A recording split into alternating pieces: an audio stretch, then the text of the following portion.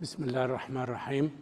Your Excellencies, ladies and gentlemen, it's a great honor for me to be hosting this session of discussion with a very, very prominent guest whom I think have created the largest discussion in media affairs in the last decade.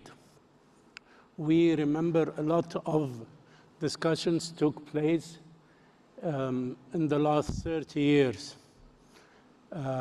David Frost in the Nixon papers, Lady Diana was her biographer, and now this gentleman, Mr. Carlson, with Vladimir Putin. It's a great, courageous, and courage to go into your opponent, or whom is considered to be an opponent. You can put an embargo on oil, you can put embargo on gas, but you can put an embargo on freedom of speech. Mr. Carlson, great honor for me to have you here today. Thank you. I'll shoot because I have a lot of questions and very limited time. Basic question: why you looked for this interview? Why with Putin, and why now? Well, I'll start. Thank you very much for asking me, and thank you very much for having us here, one of my favorite countries in the world. I'll start in reverse order. Why now? Well, I've been trying for 3 years to do this interview. The US government prevented me from doing it by spying on my text messages and leaking them to the New York Times.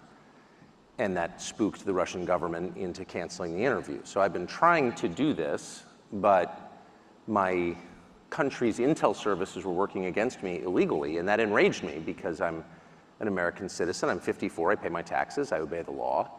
And there was no expectation in the America that I grew up in that my government and its intel services, NSA and CIA, which were always outwardly focused on our foreign enemies, would be turned inward against American citizens. And I'm shocked by that, and I'm infuriated by that.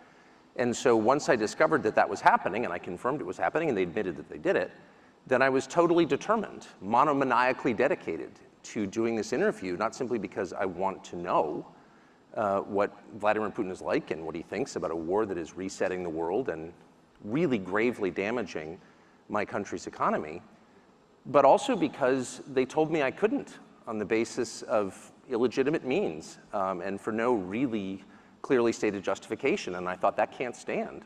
I want to live in a free country. I was born in one. And I'm going to do whatever small thing I can do to maintain the society that I love. You are known to be pro-Republican Party, right wing of the Republican Party. This is what they claim. They said first you've been a Democrat That's and not then true. became a Republican. Okay. Or you are known to be pro-Trump, anti-Biden. What is truthful in this? And you went to Putin because you are pro-Trump and anti-Biden? I mean, my views are not very interesting. I'm not sure how I'd characterize them. They're changing as quickly as the world itself is changing. And as a matter of principle, I think that, that your views should change when the evidence changes, and assumptions that you had in the past are proven wrong. That has happened to me virtually every month of my life. If you pay close enough attention, you can rate your own performance, just as if you're betting on sports. I lost that one. And when you do, when it turns out that the things you thought were true were lies, you should admit it. So what are my views? I'm not certain. Tell the truth is my main view, and I plan to do that to the best of my ability. So Trump played no role in this whatsoever. There's obviously an election in my country coming to fruition in November. I have no idea what's going to happen. I think that the current administration is very obviously incompetent, and the president is senile. That's not an attack. Everyone knows it. It has now been confirmed, I would say, this week in the report that you're all familiar with. But, and that's very sad, but it had sort of nothing to do with the interview. I wanted to interview Putin because he's the leader of a country that the US government is sort of at war with, though not in a declared way. Sir, you know your president, President Biden, well. Yes, I do. You've been working in several media organizations from PBS, CNBC, MSNBC, Fox News, CNN, and you've been covering this field well, and you know the American politicians. And now you've been following Putin, and you did a very lengthy interview with this gentleman. And for sure, to interview them, you did your homework and you did your research.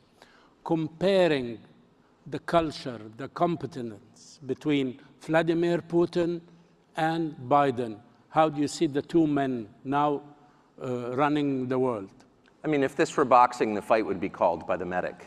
And I say that as an American, and I don't have another passport. I don't plan to ever leave my country. My family's been there hundreds of years, and I love it. I am a patriotic American. And I grieve when I see that the president is non-compos menace, and that in my country, it is considered very rude to say that. And you sort of wonder, how did you get to a place where you have an incompetent president who's driven not simply the standard of living, but life expectancy downward, and no one feels free to say that? That's not a political observation. It's a statement of fact, which is provable empirically. And the most radicalizing thing I would just say for me in the 8 days I spent in Moscow was not simply the leader of the country, who of course is impressive. It's the largest landmass in the world. And it's wildly diverse, linguistically, culturally, religiously. It's hard to run a country like that for 24 years, whether you like it or not. So an incapable person couldn't do that. He is very capable, and many of you know him, and you know that.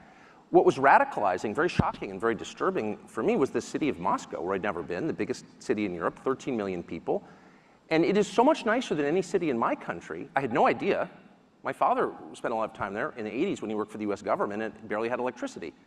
And now it is so much cleaner and safer and prettier aesthetically.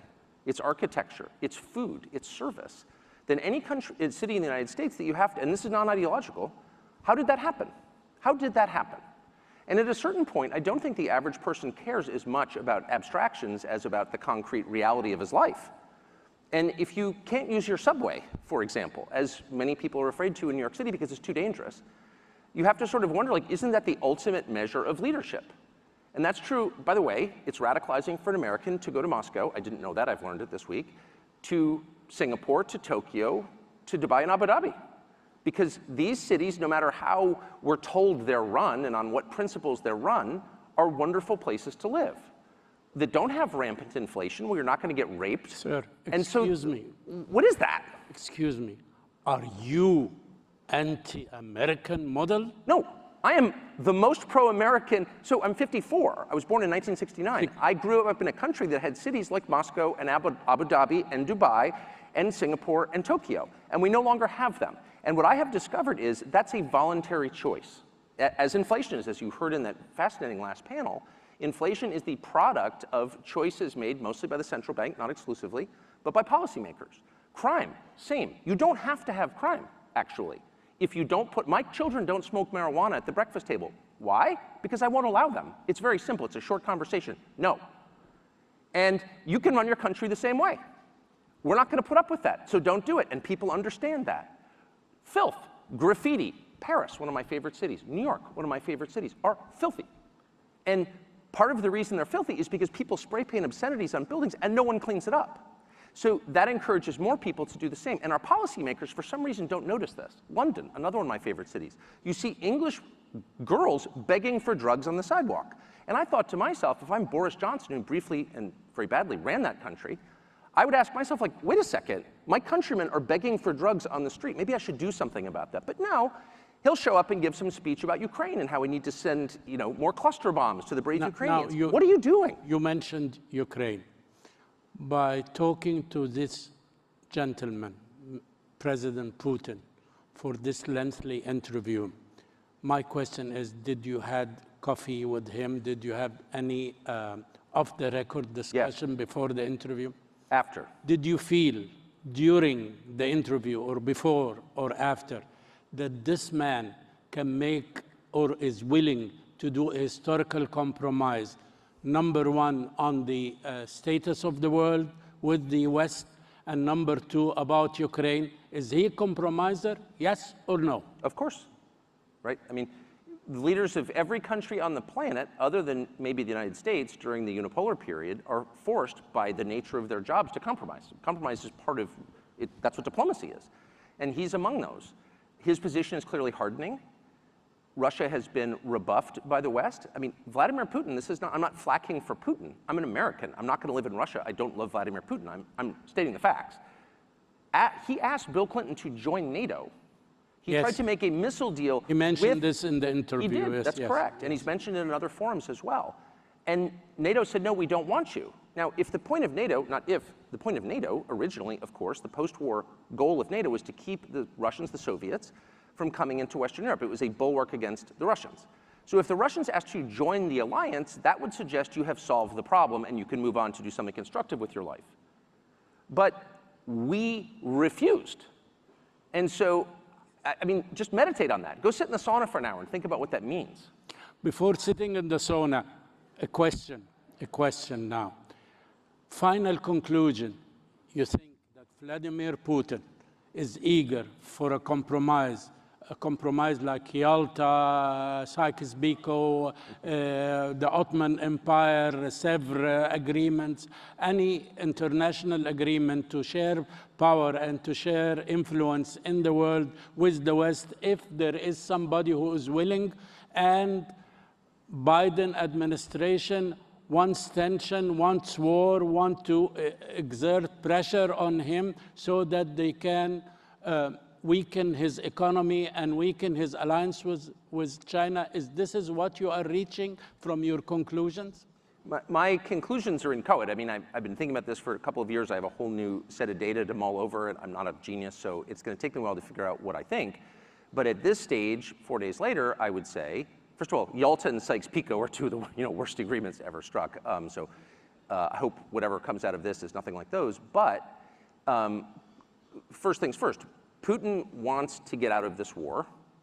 He's not going to become more open to negotiation the longer this goes on. One of the things we've learned in the course of the last 2 years is that Russia's industrial capacity is a lot more profound than we thought it was.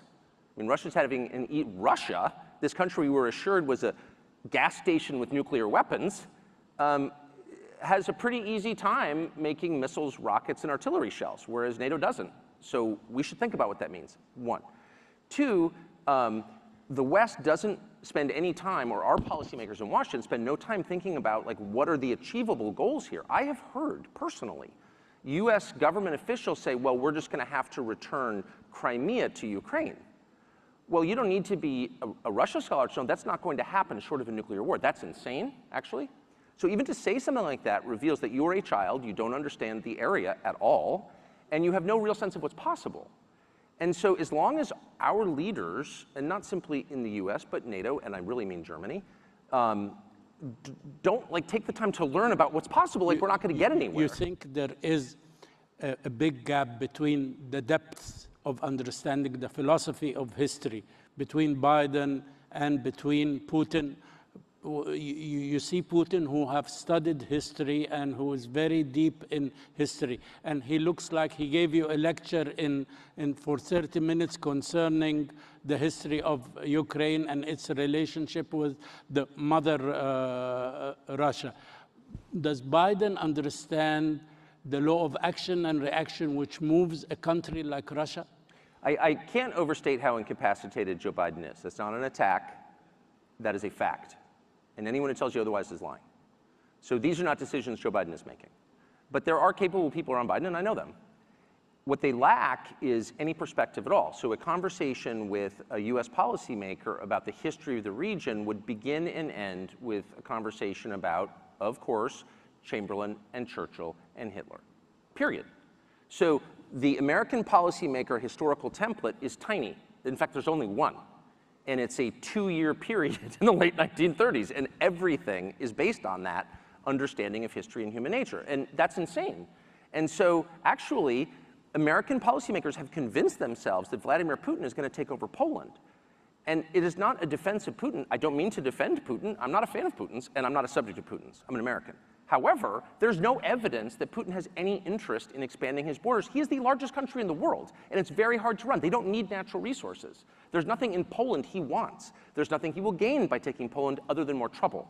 So that is, if you're saying that he's going to invade Poland, you don't know what you're talking about. Here is a point in the interview when you asked him, are you ready to invade Poland? Are you an expansionist power? Expansion, yes, in Poland. He said, only if Poland launched a war on Russia, okay?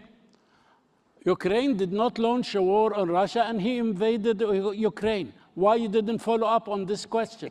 I started with that question, actually. But he treated me to 35 minutes of Catherine the Great. Okay. And the Rus. But no, the core question is, why did he move his forces into eastern Ukraine? And I watched this from a distant vantage in the United States, and I watched the Vice President of the United States, Kamala Harris, go to the Munich Security Conference just days before that, in February of 2022, and say in a public forum, at a press conference to Zelensky, the president of Ukraine, we want you to join NATO. Which is another way of saying, it's a synonym for, we plan to put nuclear weapons on Russia's border. You think they threw a bait for him? Are you joking? Of course they did. And everyone, and it just tells you how constipated and restricted and censored the US media landscape is, that I was the only one who said that. Well, wait a second. The purpose of diplomacy is to reach a peaceful, mutually, one hopes, beneficial conclusion to a crisis. So if you're showing up voluntarily at the Munich Security Conference and saying, hey, Zelensky, why don't you allow us to put nuclear weapons on Russia's border? You're cruising for a war because you know that's the red line. Because Putin has said that, and any close observer of the area already knows that. Now, do you have an explanation, a reasonable explanation, why there is this anti-war and this very negative remarks about this interview from a lot of your colleagues and a lot of politicians in the world? One of the ways that I think I'm different is I don't like the internet, and I haven't seen any of the reaction, and I would imagine, you know, I'm not the most popular person among my colleagues in the United States. I wouldn't have dinner with them anyway, so it's no great loss. But, you know, I can't imagine what their motives would be. I didn't go to Russia, of course, to promote Vladimir Putin, and if that was my purpose, I'd say so, because I'm not embarrassed. I went because I felt that most Americans, in whose name all of this is being done, don't really know what's happening, and they know nothing about the guy they're supposedly at war with, unofficially. And I just felt that my job, if I have a job in this world, is to bring information to people so they can decide. And so I wanted to do the longest interview I could with Vladimir Putin that contained the most amount of Vladimir Putin talking, not me grandstanding about what a great person I am. When an American journalist interviews someone like Vladimir Putin, the whole point of the interview is to say, I'm a good person and you're not. And that interview was aimed at his colleagues in the newsrooms in the United States. I'm a good person. Why are you such a bad person? You're committing genocide. Okay. That's not fruitful, and that's certainly not my role. I care what God thinks of me, what my wife thinks of me, and what my 4 children think of me, and that's all I care about. So I don't need to prove that I'm a good person. I want to hear Vladimir Putin talk so people in my country can assess what's happening. That's it. I'll use the devil's advocate. But advocate away. Yes, okay, I'll tell you. You should challenge in the rules of an interview, and you're a master in your business.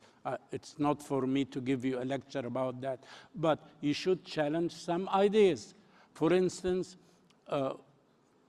you didn't talk about freedom of speech in Russia. You did not talk about Navalny, about assassinations, about restrictions on opposition in the coming elections. I didn't talk about the things that every other American media outlet talks about. Why? Exclusively. Yes, this because is my those question. are covered, and because I have spent my life talking to people who run countries in various countries and have concluded the following, that every leader kills people, including my leader. Every leader kills people. Some kill more than others. Leadership requires killing people, sorry. That's why I wouldn't want to be a leader. That press restriction is universal in the United States. I know because I've lived it. I've asked my former, I've had a lot of jobs.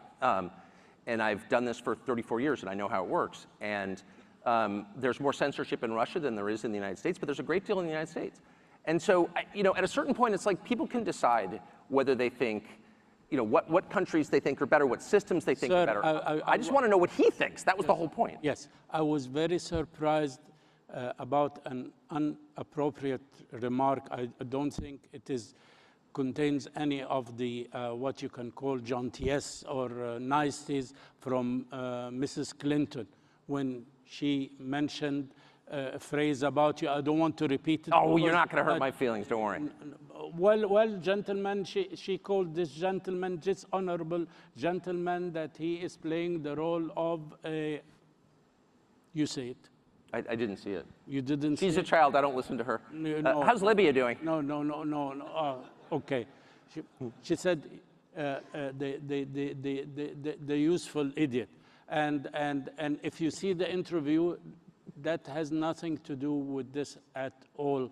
He was trying to get a testimony about the world as Putin sees it. And this is exactly what we need to know, how this man thinks. Either you consider him an enemy, or you consider him a friend, or you consider him a dictator, but you should understand how the man thinks.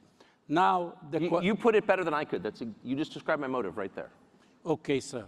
Now the question is, if this is that is that, as they say in the United States, and this is the power of media, and the way the media is becoming very biased in a deep state like America, where are we going in the model of democracy in the world? Media information in a free country is a counterbalance against entrenched power, and not just government power, but the economic power, business. It was in my country, constitutionally, it is designed to serve as a counterbalance to that. So if sources of information, media outlets, align with entrenched power, then you have a powerless population, and it's totalitarian, and that is very quickly the direction the United States is headed. And I do think that technology abets this progression, and machine learning especially. And so it's a perilous moment. If it, we're a democracy, purportedly, and a prerequisite for democracy is information so that the electorate can make up its mind and decide who to choose. And so if you don't have access to information, you don't have democracy. And we're in this sort of weird spiral where our leaders lecture us ever more about democracy and how sacred it is, even as they choke it off, choke it to death. And so I think the people who provide information, who bring the facts to the public, have a critical role to play. And right now it's difficult. I'm not facing any great, I don't mean to cast myself as a hero. I'm certainly not a hero at all. But I do think it's tougher and tougher to do that. Sir, and that means we have a greater obligation to do it. Sir, do you have an explanation till this moment, since the Gaza events took place, till now, nobody came out and said how on earth the United States of America is vetoing the stoppage of fire, how a country would veto not to continue war, how somebody is against stopping a war. The United States is, for this moment, is the most powerful country in the history of the world. So if you were to frame this in terms we're all familiar with, which are the most basic terms, the terms of the family, the United States would be dad, would be the father. And the father's sacred obligation is to protect his family and to restore peace within his walls. So if I come home, I have 4 children, if I come home from work and 2 of my kids are fighting, what's the first thing I do? Even before I assess why they're fighting, before I gather the facts and know what's happening. I stop the fight. I stop fighting. Yes. So if I come home and I have 2 kids fighting and I say, go, beat the crap out of them, I am evil. Because I've violated the most basic duty of fatherhood, which is to bring peace. Because I have the power. I'm the only one who can bring peace. And so if you see a nation with awesome power abetting war for its own sake, you have a leadership that has no moral authority, that is illegitimate. And I mean that, too. And I'm not even referring to any specific region or conflict. I mean generally. And I'm deeply offended by that, deeply. And it's something that I try to express, and I'm often called a traitor for saying that. It's the opposite. I say that because I believe in the United States. I think it has been a morally superior country. And if we allow our leaders to use our power to spread destruction for its own sake, that is shameful. It's a binary, okay? It's a black and white. It's a 0 and a 1. You are either creating or you're destroying. You're improving or you're degrading. And that's how you know whether something is good or bad, whether it's virtuous or evil. You just judge the fruits. By its fruits you will know it. And I'm very distressed and concerned that we are entering an era where this awesome force for good is instead being used for evil. Two quick questions because I ran out of time. First question is, now in the American elections, we have probabilities. Yes. Either it's Biden and Trump, or Biden and somebody else, not Trump, or no Biden and no Trump, and circumstances or fate get us two different people representing Republican or Democrats. What do you think, where are we going to reach? Coming 19th of November, who will be running the show? I haven't, honestly, I haven't the faintest idea. But I think there's volatility ahead in our political sphere. I mean, clearly there is, because... I like you when you said, I don't have an idea. You have this courage to say that you don't know. You were telling me this morning that one of the things which you like very much about here, our President Sheikh Mohammed bin Zayed, God bless him, when you ask him a question, if he doesn't have an answer, he tells me, actually, I don't know the answer of this question. I've never heard a leader of anything, whether it's a country or a company or a soccer team, ever in my life, in a life spent interviewing people, I've never heard a single one of them say, you know, I don't know the answer. It's very complicated. I haven't figured it out. I've never heard anybody say that. And to me, that is the purest sign of wisdom, because wisdom grows from humility. Wisdom grows from the recognition that you are not God. And in the United States, we had a period where we were sort of, having this debate about, are some religions good and some religions bad? I'll tell you my view on it, and it's a hardened view. It's a sincere view. I divide the world not between Muslim, Jew, and Christian or Buddhist. I divide the world between people who believe they're God and people who know they're not. And the only people I trust are in the second category, because that is the beginning of wisdom. When you know you are not God, that you cannot affect every change that you want, that you can't foresee the future, that you're not omnipotent, then you are much more likely to make good decisions, wise, humane decisions. By contrast, when you believe you have the power to shape the world and other people, as we were hearing this morning through biohacking, when you think you can create a better human being through technology, you're very dangerous, because you don't understand your own limits.